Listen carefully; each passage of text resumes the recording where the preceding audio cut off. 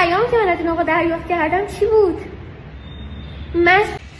این آقایی که دارین اینجا میبینین اسنپه، بالای 6 سال سابقه کاری داره و من باهاش تماس گرفتم میگم آقا من رفتم دندون پزشکی اثر کشی کردم، اگر صدامو واضح ندارین چون هنوز بی‌حسی رو دارم بهتون پیام بدم.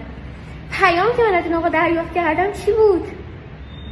مسئولین برای اسنپ و تفسیر، نه به اسنپ نه به تفسیر، چطور 6 سال سابقه کاری داره که بعد از یک پیام من همچین حرفی به من بزنه و بعد از اینکه من سفر رو لغو کردم زنگ داده به من کلی فحاشی کرده. گیری من سوار این اسنپ میشدم و میرفتم، چه اتفاقی برای من میافتاد؟